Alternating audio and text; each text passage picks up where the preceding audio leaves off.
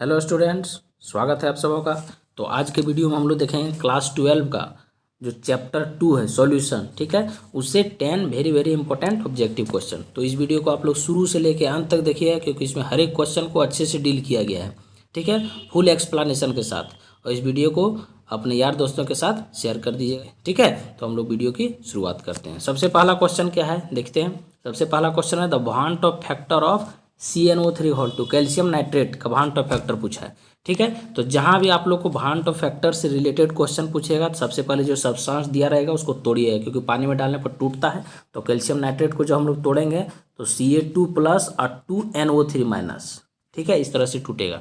तो calcium ion हो गया और 2 नाइट्रेट आयन। तो टोटल नंबर ऑफ मोल कितना हो गया, 2 मोल नाइट्रेट आयन 1 मोल कैल्शियम, तो टोटल नंबर ऑफ मोल 3 आ गया, ठीक है। अब एक चीज़ यहाँ ध्यान रखना है कि जब भी साल्ट, जो ये तो साल्ट है, तो जब भी पानी में डालते हैं तो टूटने के बाद जो नंबर ऑफ मोल देता है वही भांट ऑफ फैक्टर हो जाता है। कैसे? क्योंकि जब साल्ट रहता है मतलब वैसा कंपाउंड जो स्ट्रॉन्ग इलेक्ट्रोलाइट होता है, मतलब कंप्लीट डिसोसिएशन होता है, उसके केस में भांट ऑफ फैक्टर I बराबर N होता है। मतलब भांट ऑफ फैक्टर N के बराबर, N क्या हो गया, N नंबर ऑफ मोल टूटने के बाद नंबर ऑफ मोल कितना हो गया, 2 और 1 3, यहाँ 3 रख देंगे। देखिए I बराबर कितना आ गया 3, किस ऑप्शन में है 3 में, तो फर्स्ट का ऑप्शन C हो जाएगा करेक्ट, ठीक। बढ़ते हैं अगले क्वेश्चन की तरफ। क्वेश्चन नंबर 2 देखिए। क्वेश्चन नंबर 2 में क्या है, क्वेश्चन नंबर 2 में है in comparison to 0.01 m solution of glucose the depression of freezing point of 0.01 m MgCl2 solution is. पूछ रहा है कि ग्लूकोज जिसका मोलारिटी 0.01 m है, मोलारिटी है, ग्लूकोज का मोलारिटी 0.01 है, और एक मैग्नीशियम क्लोराइड का सॉल्यूशन है उसका भी मोलारिटी 0.01 m है। तो पूछ रहा है ग्लूकोज सॉल्यूशन के कंपैरिजन में depression of freezing point delta TF magnesium chloride का क्या होगा, ठीक। तो हम लोग देखते हैं एक बार ग्लूकोज के लिए यूज किए, delta TF is equal to क्या हो जाएगा, I into KF into molality होता है। और एक चीज़ ध्यान रखिएगा, मोलारिटी और मोलालिटी समान होगा जब डेंसिटी नहीं दिया रहेगा, तो यहाँ मोलारिटी को हम लोग मोलालिटी मान सकते हैं। ये ग्लूकोज के लिए है। अब ग्लूकोज के लिए भांट ऑफ फैक्टर 1 हो जाएगा क्योंकि ये नॉर्मल सॉल्यूट है, पानी में डालने पर ये न तो टूटता है न जुड़ता है। KF वाटर के लिए मान लेते हैं यहाँ पर क्योंकि कंपेरिजन करने बोला है। अब मोलालिटी हो गया 0.01, ठीक। तो डेल्टा TF हो गया 0.01 KF, ठीक है, ग्लूकोज के लिए। उसी तरह हम लोग यूज कर सकते हैं इसके लिए आपको MgCl2 के लिए, यहाँ भी डेल्टा TF यूज करेंगे। डायरेक्ट फार्मूला नहीं लिखते हैं, डेल्टा TF यहाँ निकालेंगे। अब देखिए यहाँ भांट ऑफ फैक्टर I है, I MgCl2 के लिए किस तरह टूटेगा, MgCl2 देखिए कुछ इस तरह से टूटेगा, Mg+2 और 2Cl माइनस। तो भांट ऑफ फैक्टर 2 और 1 3 अभी बताए थे, I बराबर N, तो 3 इंटू क्या हो जाएगा, यहाँ KF रख देंगे और मोलालिटी भी 0.01 m है, ठीक है। तो देखिए तो ये दोनों से कंपेरिजन करें तो यहाँ पर 0.01 KF, यहाँ पर कितना हो जाएगा 3 इंटू 0.01 KF, तो इससे कितना गुना है, 3 गुना है, तो यहाँ 3 टाइम्स हो जाएगा। तो C ऑप्शन सही हो जाएगा, दूसरा का C अबाउट 3 टाइम्स, ठीक है। मतलब depression of freezing point magnesium chloride को जो है ग्लूकोज के डिप्रेशन ऑफ फ्रीजिंग पॉइंट से 3 गुना हो जाएगा, ठीक है, क्योंकि इसका भांट ऑफ फैक्टर 3 है और दोनों का मोलालिटी यहाँ पर समान है, KF भी समान है, ठीक। तो इसलिए आंसर C हो जाएगा दूसरा, ठीक। बढ़ते हैं अगले क्वेश्चन की तरफ। क्वेश्चन नंबर 3 में देखिए क्या है, क्वेश्चन नंबर 3 में 234.2 gram of sugar syrup contains 34.2 gram sugar, what is the molarity of the solution, ठीक। अब देखिए यहाँ पूछ दिया है मोलारिटी, ये क्वेश्चन में कुछ गड़बड़ी लग रहा है थोड़ा। तो मोलारिटी क्या है, आप लोगों को फार्मूला पता होगा। मोलारिटी का फार्मूला जो होता है वो नंबर ऑफ मोल बटा volume of solution in litre, ठीक।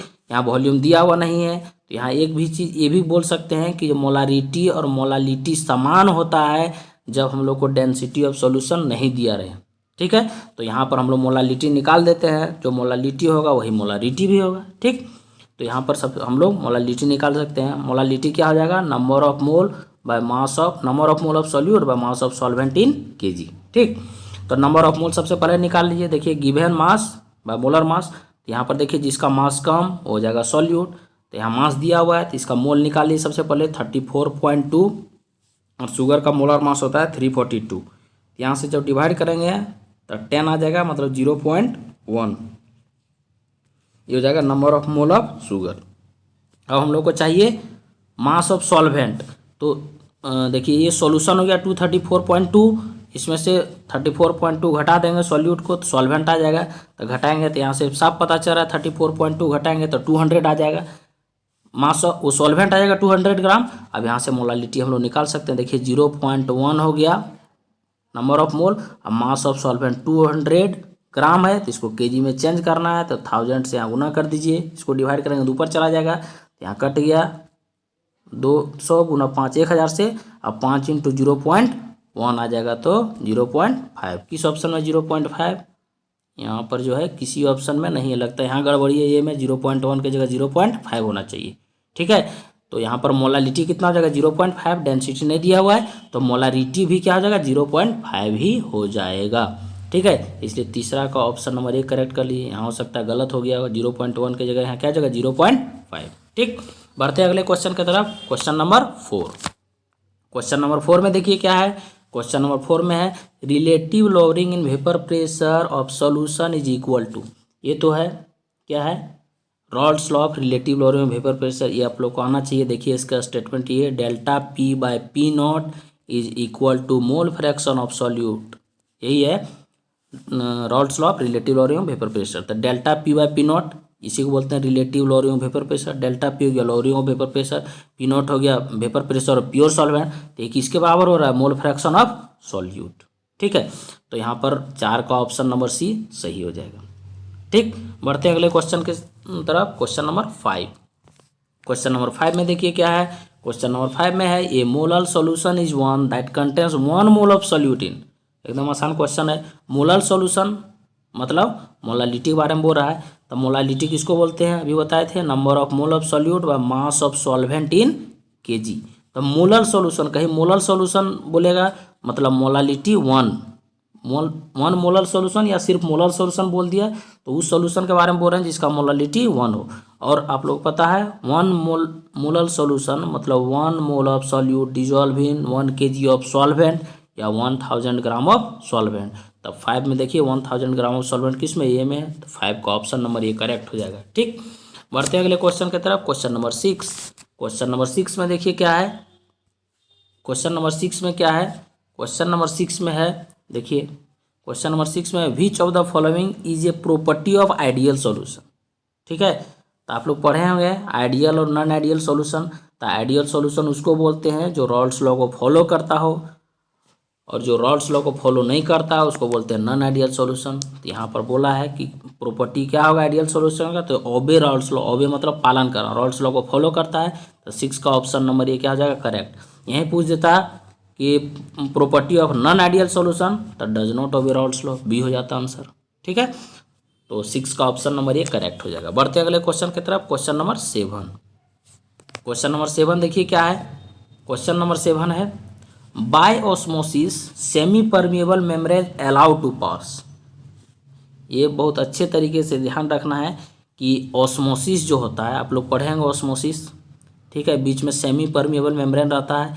यहाँ low concentrated solution, high concentrated solution, तो इस जो मेम्ब्रेन है इससे होके सिर्फ क्या पास करता है, सॉल्वेंट।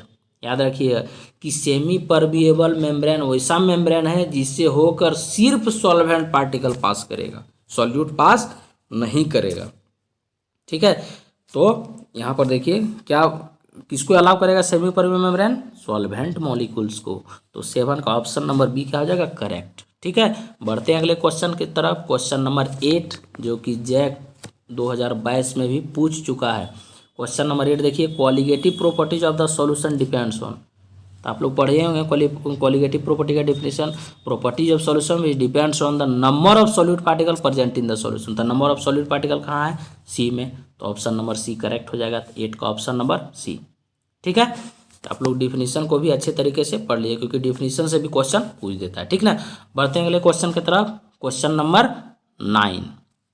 क्वेश्चन नंबर 9 देखिए क्या है। क्वेश्चन नंबर 9 देखिए क्या है। क्वेश्चन नंबर 9 है the want of factor of 0.01 m BaNO2 का होल 2।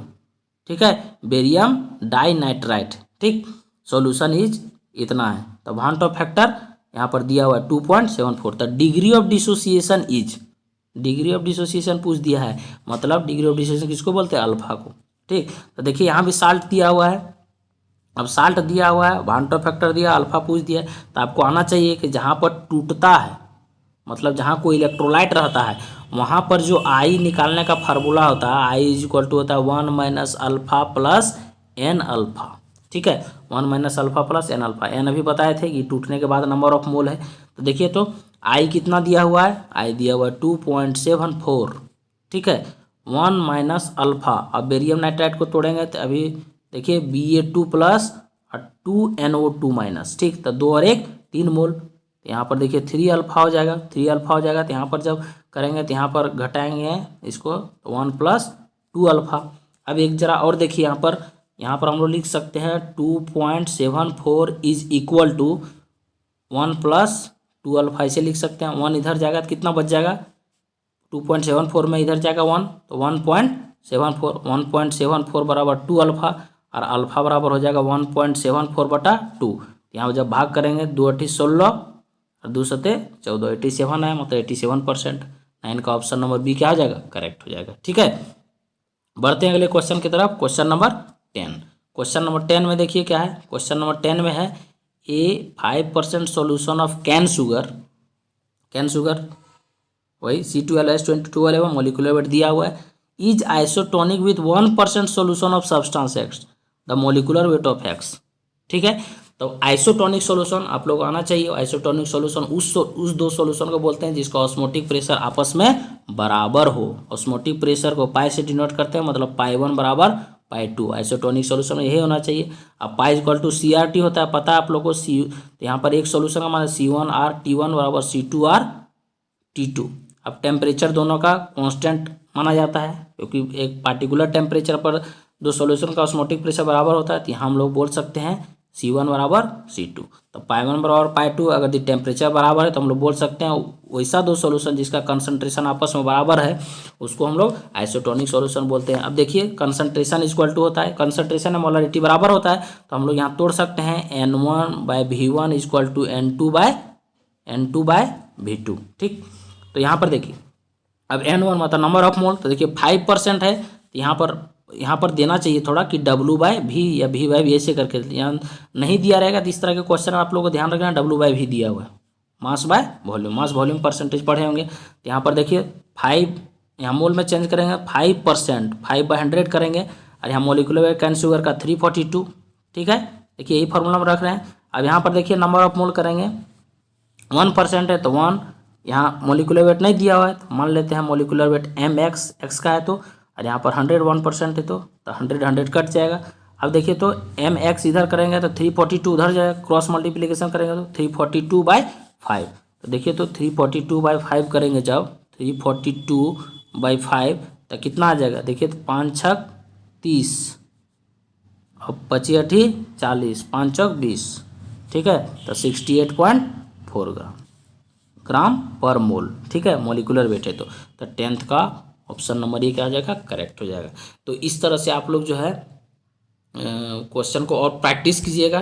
ठीक है, और अपने यार दोस्तों के साथ इसको शेयर कीजिएगा। इस तरह का वीडियो हम हमेशा लाते रहेंगे। और अगला चैप्टर जो है वो है इलेक्ट्रोकेमिस्ट्री, उससे ऑब्जेक्टिव क्वेश्चन आएगा। ठीक है, धन्यवाद।